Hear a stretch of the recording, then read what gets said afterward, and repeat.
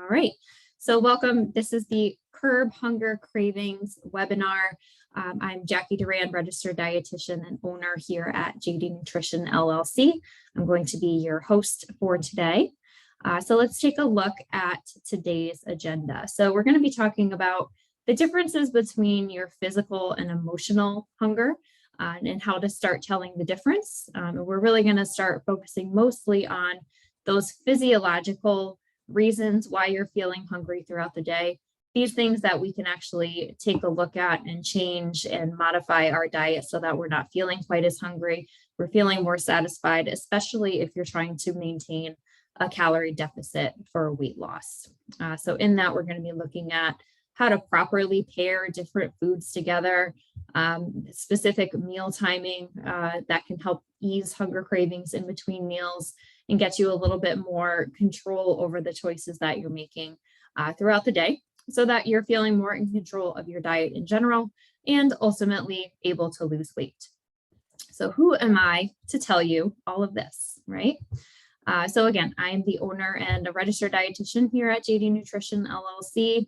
I have been in business for about 5 years now, and prior to that, did quite a bit of one-on-one counseling as well. So I work primarily with weight loss clients, but I am trained in medical nutrition therapy. So I am well-versed in things like diabetes management, cholesterol management, blood pressure, IBS and different GI issues, all sorts of different things there.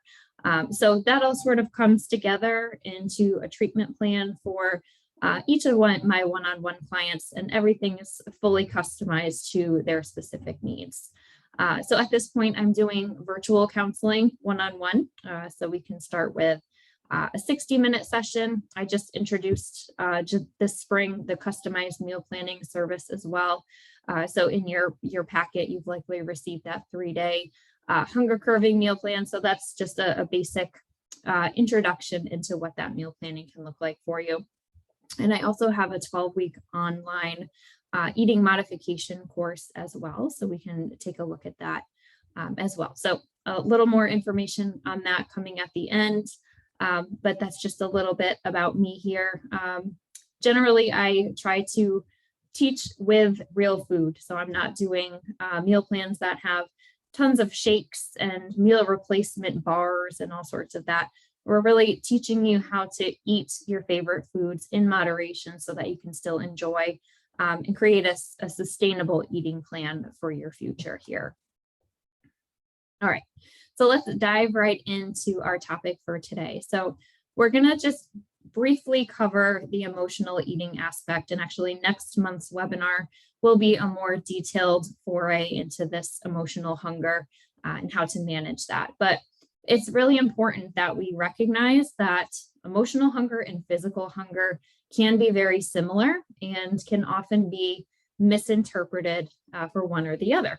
So we need to distinguish these things in order to be successful long-term. Because if you are feeling hungry all the time, but it's more of that emotional need for something, for a comfort food or something like that, it can be really hard to eat intuitively and really listen to your body's hunger signals. If you're constantly mixed up, hard to tell the difference, right? So we know that the emotional hunger can really be a strong sensation and is often very sudden and striking. So especially if you're feeling triggered by stress at a certain time during the day, and all of a sudden you're just in need of a candy bar or something specific, you may recognize that that's more of an emotional hunger. But physical hunger can often feel striking and sudden as well if you're not recognizing those early signs of hunger, which we're going to talk about a little bit more as we get along today. But either way, hunger cravings can be very strong, difficult to recognize, and really the best we can do here is start separating the two a little bit at a time. So if you did register early, you received a copy of my emotional eating tracking sheet. And if you haven't seen that yet, I'll send that out in today's follow-up email as well. So if you haven't worked through that exercise yet, I highly recommend starting to take a look at how your emotions and how your stressors during the day are starting to affect your eating habits. And as soon as you can recognize that, it starts to separate those things. You're able to let go of some of the guilt associated with overeating or choosing things that you wouldn't normally eat.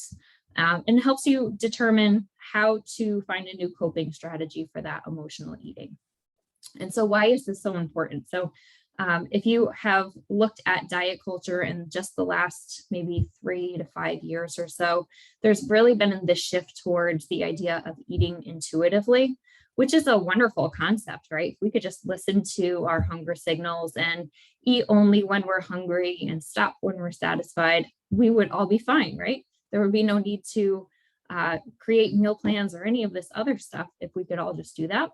But if we're not separating out this emotional and physical hunger, we may be getting mixed signals from our body, and eating intuitively may still not work for you, right? You just cannot change the difference between these two things. On the other side of that spectrum, we're also taught from an early age to finish everything on our plate. We're celebrating things like birthdays and holidays with different types of traditional foods and things like this. So we're really ignoring hunger signals, natural hunger signals that we're born with.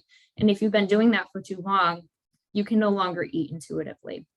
So what I aim to do as a dietitian is really set the groundwork so we can understand the difference between these two hungers, tackle that physical hunger side of things so that you can get back to intuitively eating on your own. Okay. All right. So that's our foray into emotional eating for right now. So again, next month, I'm going to be hosting a webinar specifically on that.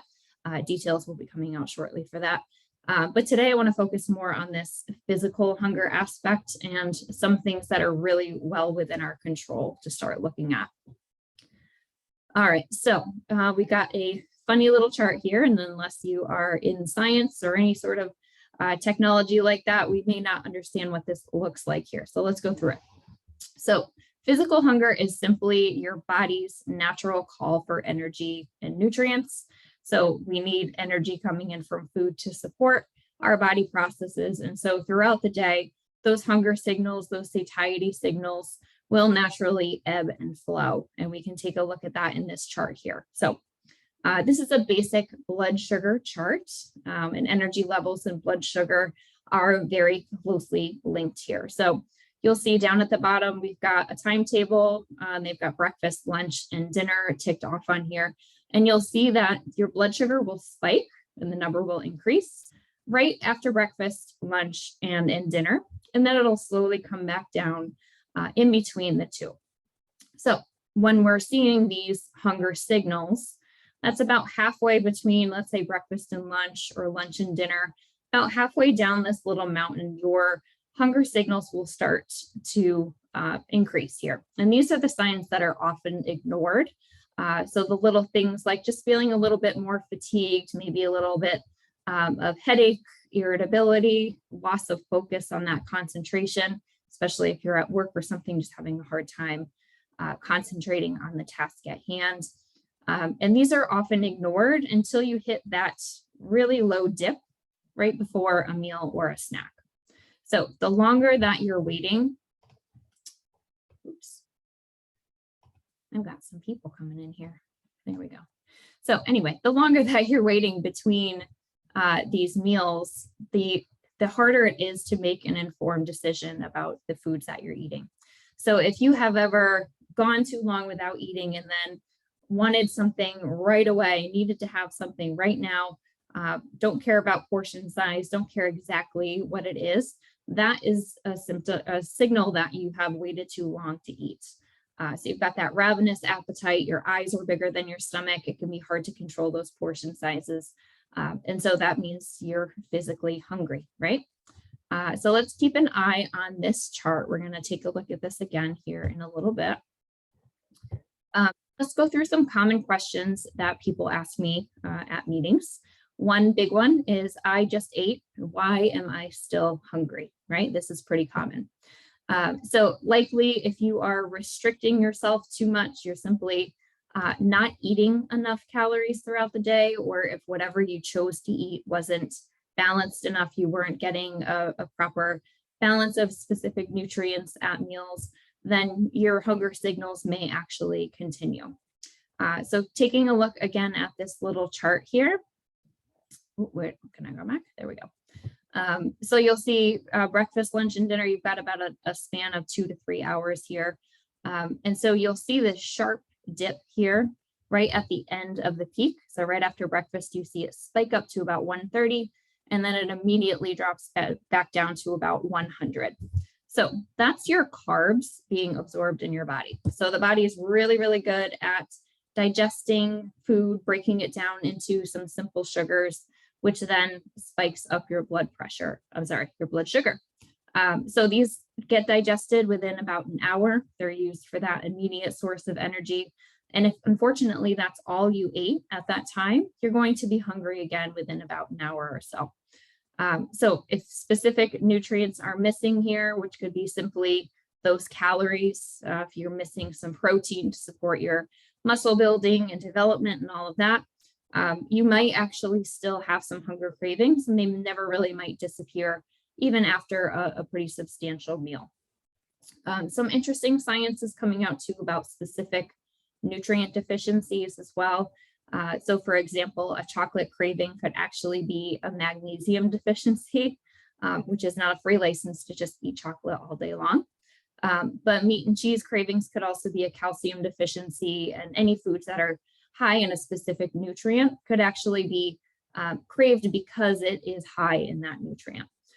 So more than likely, if you're craving something very specific, that's usually more of an emotional eating symptom there, which we can absolutely discuss a little bit more at next month's presentation. But certainly something to keep in mind. If you are low in something, you may be craving something specific for that reason. All right, so when we are looking at controlling this hunger, we want to make sure that we're pairing foods properly at that time, right? So we said that carbs and sugars are digested and used very quickly. Things like proteins, fat, and fiber are digested much slower. They're more complex molecules, so it simply takes longer for the body to process them.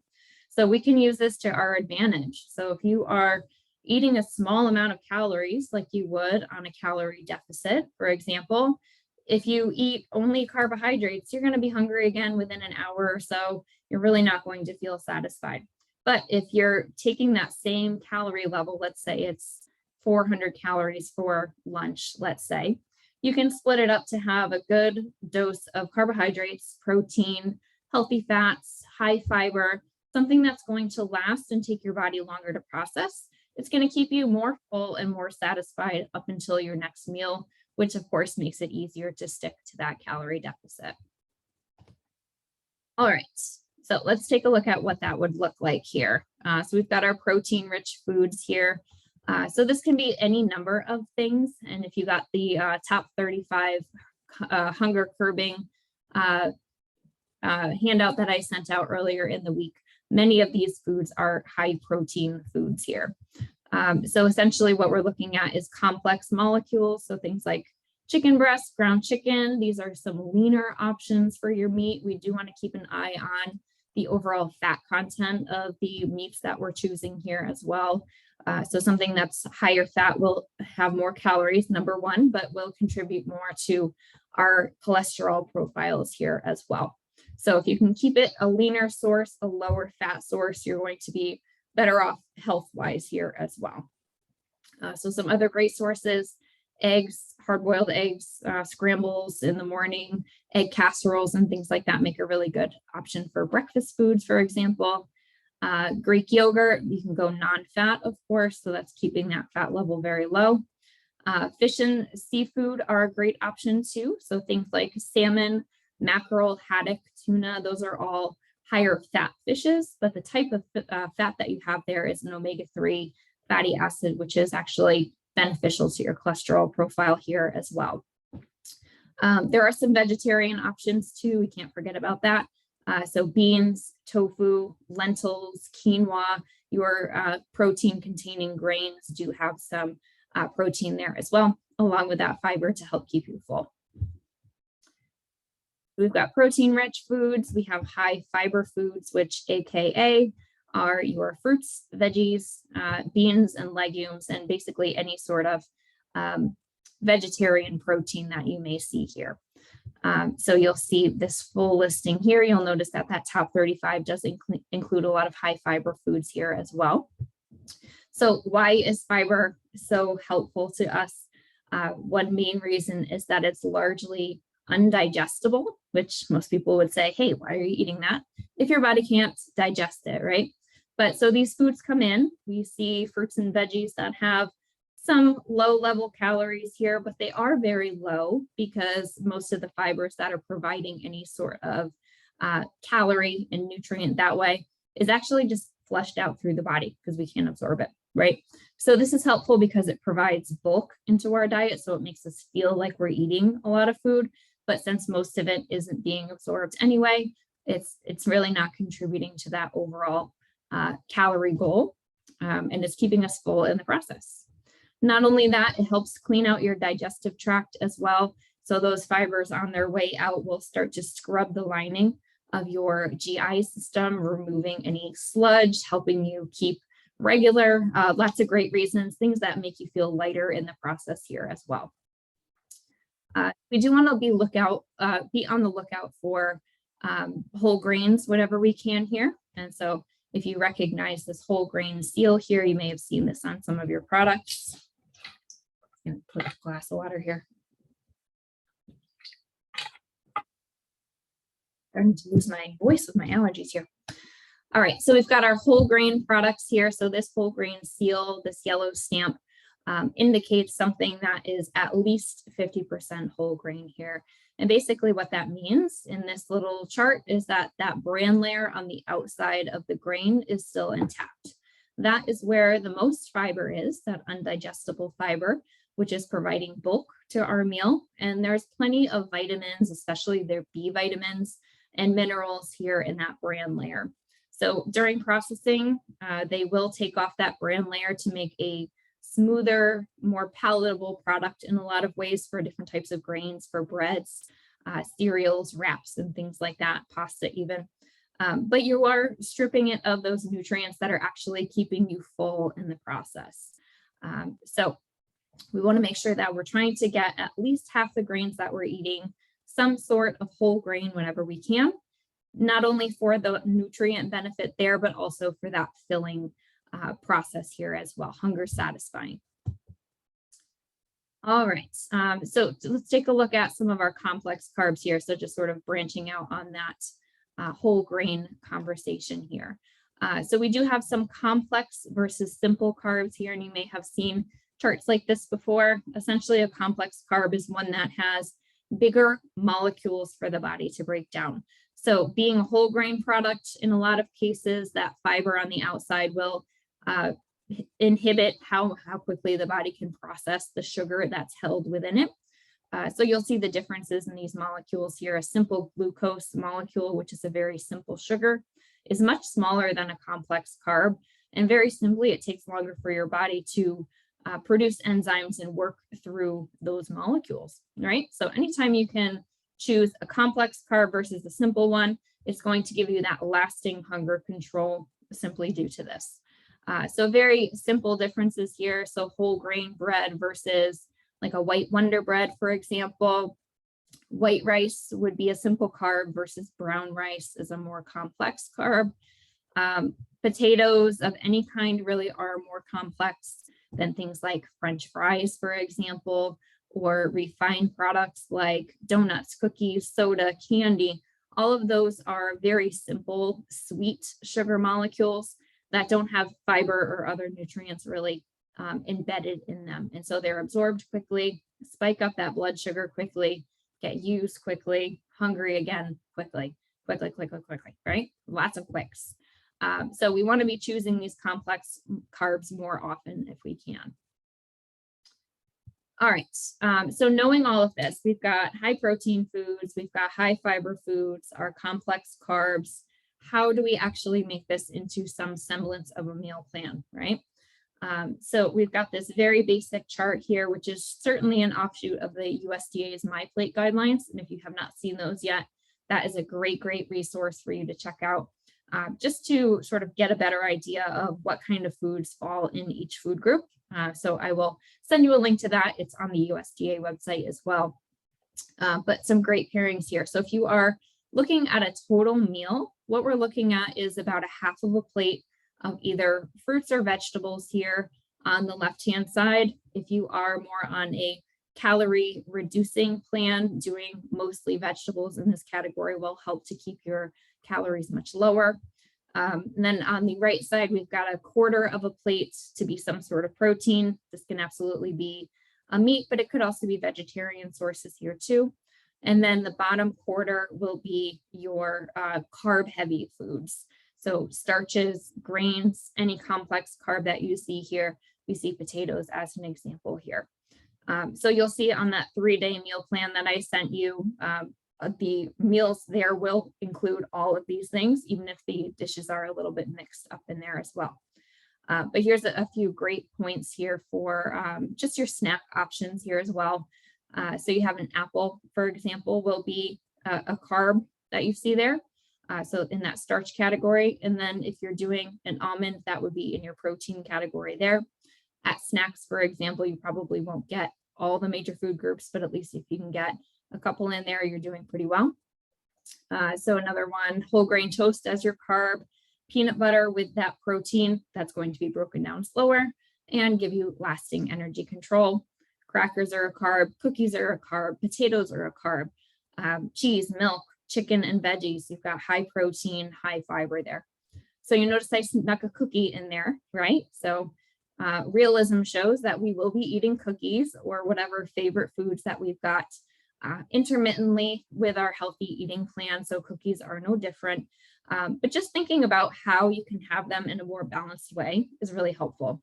So if your MO is to sit down with a sleeve of Girl Scout cookies, Thin Mints in my case, you could easily polish off one of those sleeves, really overdo it in calories, be really overdone in sugar. And if you haven't paired it properly, you're still going to be hungry after that, right? So pairing those things with their opposite, getting that protein in there, can really save you from yourself, so having, let's even say, starting with a half a sleeve of those cookies with a glass of milk, at least it's going to be more of a filling snack that's going to push your next meal out a little easier and make it easier to stick to that calorie goal altogether. We've got some pairings here. Let's take a look a little closer at that meal plan that I sent you here as well. So you may have a harder time differentiating some of these things within a mixed dish, sort of like this one. But you can see from the nutrition facts that we have here at the bottom, we have a decent amount of calories. We've got a few servings of carbohydrates in there. So you'll see the carbs here is 44 grams, but you also have 33 grams of protein, 4 grams of fiber, which isn't tremendous, but at least you've got something balancing out those carbs that are there. So with this relatively small amount of calories, you're getting a good amount of protein, you're getting that immediate source of energy, your carbohydrates, so something that's going to fill you up now and for the next few hours here as well. All right, so some other pairings that we'll see, this one was on your meal plan as well. We've got pork tenderloin with, I think it was sweet potato mash, a sweet potato or butternut squash, I can't remember. Either way, a starchy vegetable here that's going to fill up that carbohydrate section you see. And then we can pair it with a very simple veggie salad just to get that fiber, get that bulk within the meal so you can eat less of the items that are here on the left, more of the items here on the right in your salad, fill up on a very minimal amount of calories, something that's going to fit well within your guidelines for what you wanted. We can look at this with snacks here as well. So these are some of the snacks on your meal plan. So just simple cheese and crackers here. The crackers, of course, would be a whole grain complex carbohydrate. You've got grapes to be more of your quick source of energy, does have a little bit of fiber in there as well. And then cheese there in the middle. So that's going to be some protein, some fat, source of enjoyment for sure, especially in my case. But all of that together makes a nice packaged meal, something that will easily tide you over to your next meal. Same with the trail mix. We've got nuts and seeds in here. We've got raisins, chocolate in there. That's one of my favorite options. So if you are a sweet person, you love that sweet tooth sort of stuff, adding in a little dark chocolate throughout the day can help to keep you feeling satisfied that way as well. Down on the bottom, Greek yogurt and berries. We've got a protein source. We've got a sweet option, and the berries also have fiber and quite a bit of nutrients as well. And yes, more chocolate. So these muffins down here, if you didn't have a chance to look at the recipe, they are a little bit higher fiber, higher protein here, along with their chocolate on the outside. So those could be a great dessert option, or even mid-afternoon snack option if that's when you like your sweets. All right, let me just take a look. I've got a question here in the chat. This is a great question, actually. We're going to talk about meal timing here in a sec, but let's look at this. So the question is, are carbs less important at dinner if you know you won't be doing anything energy intensive before bed? And the answer is, it depends, okay? So if you are skipping a carb at dinner and you're having mostly protein, vegetable, so let's say you're doing like steak and a salad or something like that, it may very well fill you up. But if you tend to be a later night snacker, so something after dinner, something without a carb at dinner, because it's still imbalanced, maybe not in the way that you normally would be imbalanced, can still cause cravings later. So if you're missing a carb at dinner and you're trying not to snack a little bit later, it may actually backfire a little bit on you and have you craving something sweeter before bedtime. So you can certainly play around with those options.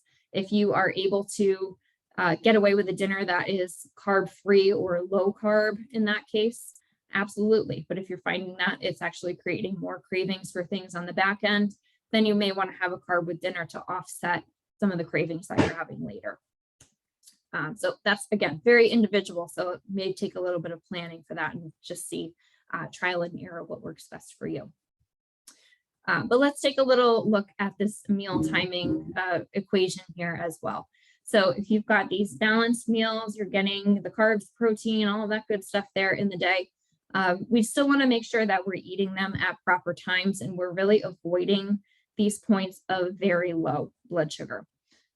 So first and foremost, if you can try to eat within about an hour of waking up, this sort of sets you up for the rest of the day. So I know I'm sure we're going to see some questions about intermittent fasting here, and that's absolutely fine. But generally speaking, if you are coming off of an overnight fast, essentially you haven't eaten for at least 8 hours or so overnight while you were sleeping, you have no energy to start your day, right? So if you're lethargic and tired, especially up until lunchtime, if you're skipping breakfast, it could be easily solved by just having something even minimal first thing in the morning, just to jumpstart that blood sugar, get your system going for the day. And what that does is sets you up for this 3 to 4 hour cycle in which you're going to see that blood pressure spike and then come back down. All right. So generally speaking, if you eat breakfast at, let's say 7 a.m., 3 to 4 hours would be 10 to 11 a.m., let's say, your blood sugar will start to dip. And so if you can counteract that hunger by eating just prior to feeling extremely hungry, then it's going to help you for the rest of the day. It seems like once you set off a very strong hunger craving, you tend to be behind in that all day long. And so you may end up feeling hungry right through till dinner, afterwards, until your willpower gives up, and then you end up overeating at your next meal. So optimally, if you can keep a window similar to this, you'll likely have better control over your choices, make it easier to stay within a calorie deficit all day long. All right, so I just wanted to share an example of this with you. And Kara, this lady here, not her real name, but is very common. So I'd say probably about 50% of the people that I talk to, probably more than that, will actually have a similar schedule and a similar problem here. So Kara used to skip breakfast. She would end up having just a small salad for lunch, which is essentially no calories. As we know, those indigestible fibers really don't get you too much for energy. And then she would start feeling hungry, well, really through that time, right? But by 4 o'clock, she'd be absolutely ravenous. So she's getting home, she's raiding the cabinets, cannot wait until dinner to actually have something substantial to eat. So she would eat a very large snack, which turned out to be meal size between about 4 and 5 o'clock, and then make dinner, usually overeat there as well, but it would be something quick and easy at the end of a long day. And then she'd still be craving some sweets after dinner. So basically what we're seeing is, let's look at this chart again. We're skipping this whole period here, this whole 3 to 4 hour schedule, basically up until dinner time, right? So your body is not getting what it needs, it's not getting the calories, it's not getting any protein, really no nutrients whatsoever. And so what's happening is those hunger cravings are just building and building and building until you can get what you want. And so by that time, your willpower, as your hunger cravings build, your willpower is coming down. So your ability to make balanced, nutritious choices is severely lacking, and your portion control, your eyes are bigger than your stomach, likely overeating, even past what you would normally have during the day, right? So what we did through therapy with her is we set her on a 3 to 4 hour schedule. So you'll see she's eating typically 5 to 6 times per day. Of course, life happens. You may miss a snack here and there, no big deal. But the results are pretty staggering. So this result really happened within about a week or so of being on this new schedule. So she's not feeling starved going into meals. She's hungry. She's recognizing that she's hungry, but she's not feeling so ravenous that she could eat whatever was placed in front of her. Not only that, but because she's giving herself more energy during the day to use, she is feeling more energized during the day. Her brain, which primarily uses sugars for energy, is working better. So she's feeling better, feeling less sluggish, getting more work done during the day. All of these positives happening in just a simple adjustment. And of course, long-term, what we see is the ability to stick to that calorie deficit. So losing weight in the process here as well, but still nice to see some immediate benefits of making some changes too. I'm seeing lots of comments. I am Kara. Yep. Yes. So again, this is not an uncommon scenario. Kara is representing lots of the clients that I'm seeing here as well. Very common problems that we see, especially as we get busier and busier in our lives here. So what are some of these common hungry times? And I can tell you that I experience all of these personally, see this in my clients constantly here as well. So mid-afternoon tends to be the worst time of day for just about everybody. So especially if you are ignoring those hunger signals earlier in the day, you're skipping meals, probably by 2, 3 o'clock, you're feeling fatigued, probably a little bit irritable, probably heading towards the kitchen. If you work from home, you're probably migrating to the kitchen around this time of the day here as well. All right, so this is common because we are starting to see some general fatigue from the day. And if you have skipped those meals, you will see those hunger cravings really start to pick up at this time of the day. So if you can plan a balanced snack prior to this happening, it really gives you a better control over what you're going to be eating at that time. So of course, watching meal timing earlier in the day, but knowing what you're going to have at that time rather than letting your mood at that particular time dictate will save you from yourself, right? So planning a balanced snack, again, looking at any of those options that we had before. If you are a sweet person at that time, making use of something like those chocolate muffins or the trail mix, giving into something that you would normally crave, while also getting that balance at the same time is going to help you through that period. Another common problem I see, especially with women, well, only with women, I should say, is that during PMS, so premenstrual or actually during your period itself, we actually do need more calories as women during this period of time. So for 1 month or for 1 week every month, we eat more calories, right? But most women are also trying to diet at the same time. And so they feel the need to restrict calories and then really just feel guilty when they're binging on chocolate or ice creams, usually something sweet, or simply just feeling out of control or ravenous of their hunger at this time of the month. But because we need more calories, and we're really looking at, 250, 300 calories, that's pretty significant each day. Just making sure you're having an extra portion can really save you from yourself. So again, this is a matter of living up to what your body needs so that you're not experiencing these hunger signals that send you out of control of your eating habits. So very simply, just planning an extra snack or an extra large breakfast or something that's going to enhance and really meet your needs during that time will keep you from overeating and help you make some easier choices as you go. And of course, if you're craving something like chocolate, usually planning in something like that. I had a client once who used to have a glass of hot chocolate with her breakfast because she would crave it early and often. And so satiating herself with that hot chocolate gave her some extra calories, gave her that chocolate fix that made it easier to maintain her meal plan throughout the day after that. So you might be saying, okay, well, did that set her off track weight-wise? Quite the opposite, actually. She tended to lose more weight by like extra ounces per week during that time than any other, simply because she gave into that craving and she was able to maintain her calorie deficit simply by feeding her body what she needed during that time. So if you feel like it's going to be counterproductive, you might be wrong. So you might want to give that a try. The common hunger time is mid-afternoon, PMS, so specific times of the month. Night eating. Everyone experiences this, I'm sure, at some point here. So night eating is a very common problem. And again, we see this coming up usually more as an emotional eating response here more than anything. So after dinner, possibly middle of the night, I have seen a few people waking in the middle of the night to go eat something, feeling hungry as they're waking. And this is usually a reaction to stress, boredom, loneliness, whatever sort of emotion you're feeling at that particular time can cause you to act towards your food comfort, right? So if you are typically soothing your emotions with some sort of food, popcorn, whatever it is, chocolate, doesn't really matter what it is, then it's going to really pack down on you here at this time.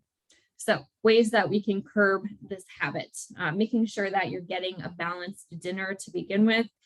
So to that question that we had before, if you're skipping a carb at dinner and that you're night eating on top of that, you may actually be going above and beyond what you may have had in a controlled way at dinner. So make sure that your balanced dinner is happening at a reasonable time, of course. And depending on your bedtime, you want to plan a healthy snack too. So if, let's say, you eat dinner at 7, if you are a night owl, you're staying up till midnight, planning something for maybe 8 o'clock or something like that, just to keep you feeling satisfied until bedtime. It's going to help you from hitting the kitchen at 11:50, eating all sorts of stuff before you go to bed, right? If that sounds familiar, that's very personal for me. So that's just something I do sometimes.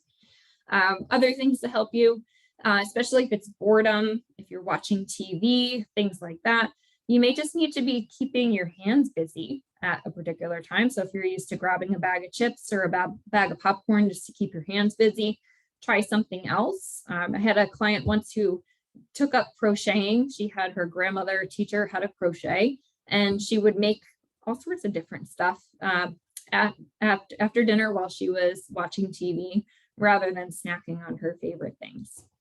Of course, having that go-to snack in mind. So if you're typically craving something sweet, something salty, just having something that's planned and balanced at that time will help to keep you more in check in that case.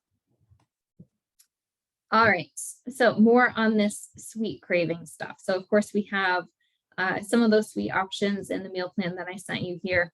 But really, I think it's important to establish the idea that there's really nothing to restrict, okay? So I've had lots and lots of clients, I'd probably say, 95% of them having this idea, this diet culture idea that in order to be successful losing weight or managing health conditions, that they need to be restricting themselves from something. So not having the chocolate cake, not having whatever it is that your favorite snack is after dinner, it's really just backfiring.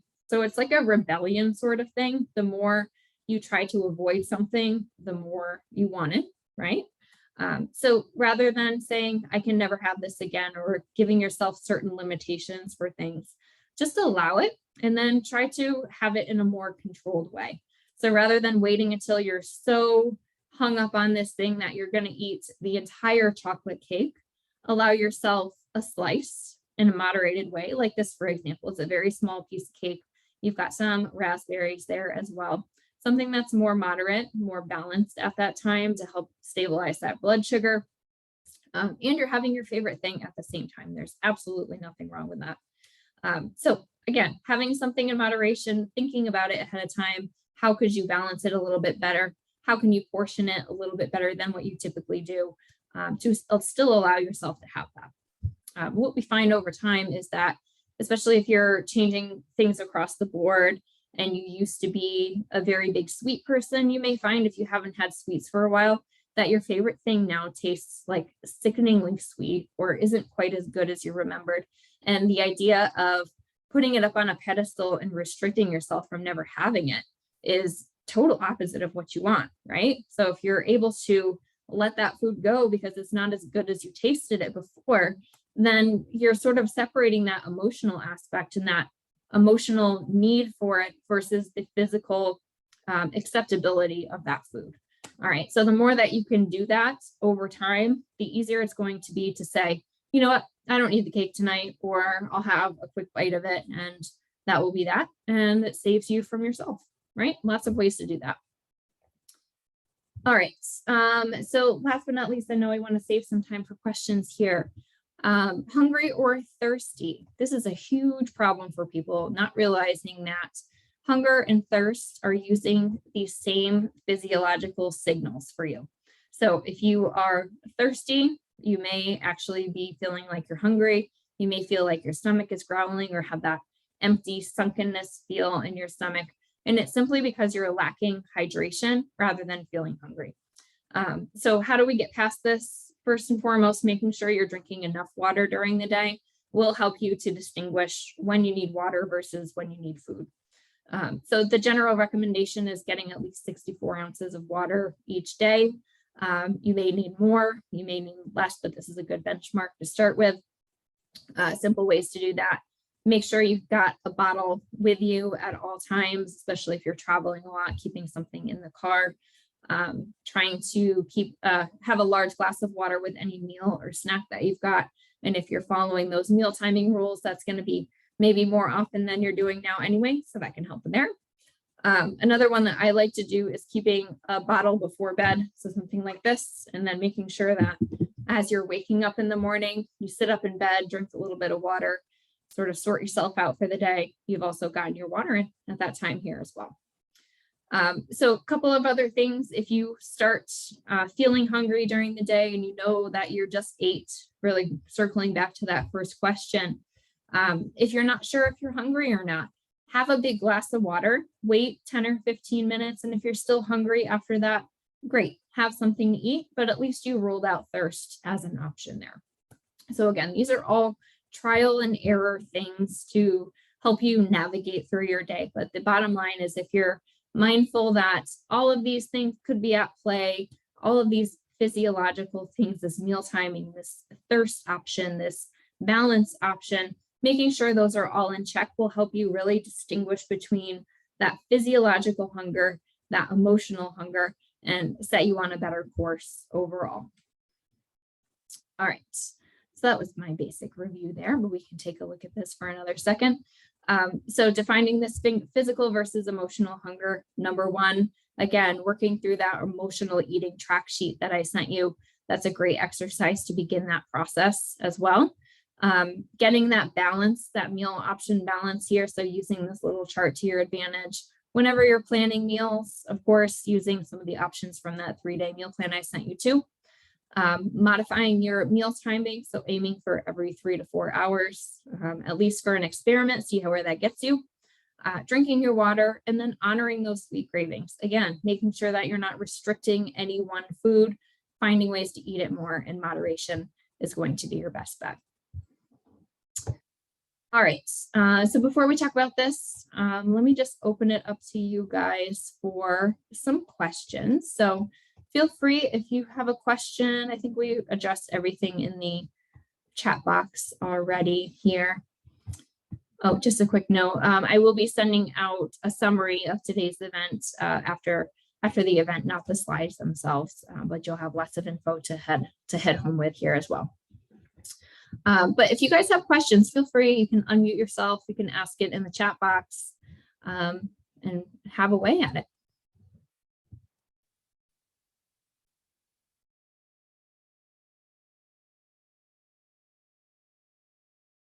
Anybody with questions? Yeah, actually I do. Sure, go ahead.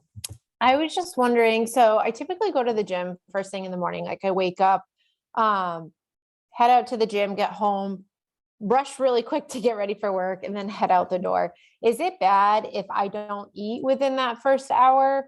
Or kind of how should I, like, what's the best approach to avoid getting too hungry or not fueling correctly?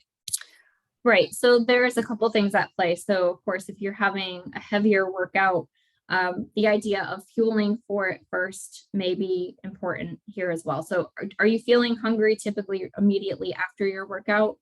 Sort of just running through it anyway? Yeah, because I literally roll out of bed and go. So I'm not that hungry then. So, but afterwards, I typically am. Okay. All right. So you could try two things. You could try having a snack beforehand. Again, we know that carbs are broken down very quickly and provide an immediate source of energy. So having something small like a granola bar, for example, before can help fuel your workout and make you actually work harder. So you may be burning more calories in that process, which is a great thing.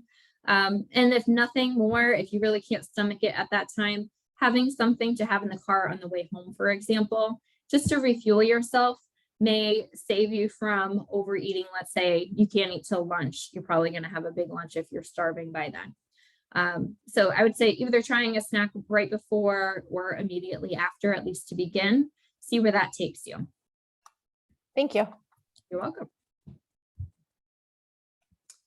All right. Any other questions?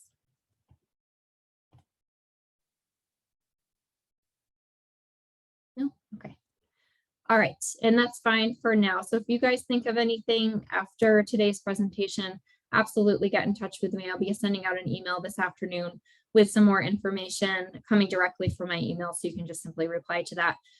When this video recording is available, I'll be sending that out as well. It takes a little while to process. I'm also going to be sending you a get started guide, which basically goes through 3 big questions, getting started with any sort of habit change, lifestyle changes that you can make to help gauge your readiness, help you get ready to make these changes, plan that out, and really get a good base for getting started. I also will invite you to schedule a 15-minute call with me. I do 15-minute discovery calls. So especially if you have questions after today's event, happy to answer that then.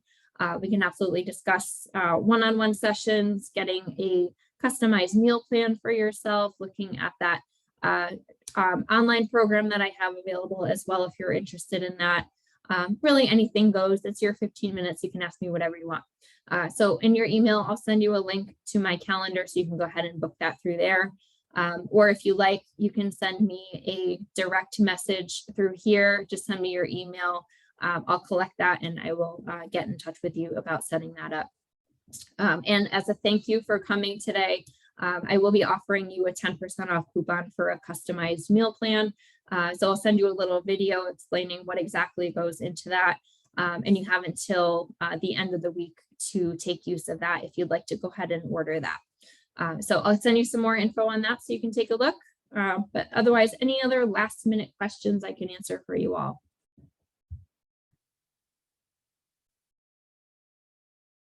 No? All right.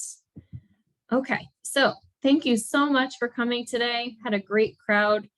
Really happy that you all were able to make it. So I will be sending you an email in a little while. So look out for that. And hopefully we'll see you at next month's event. I'll make sure that you all get the invitation as soon as that is booked and ready to schedule. So you all have a great rest of your day. and hopefully rest of your week as well. Happy Monday, everyone. Bye.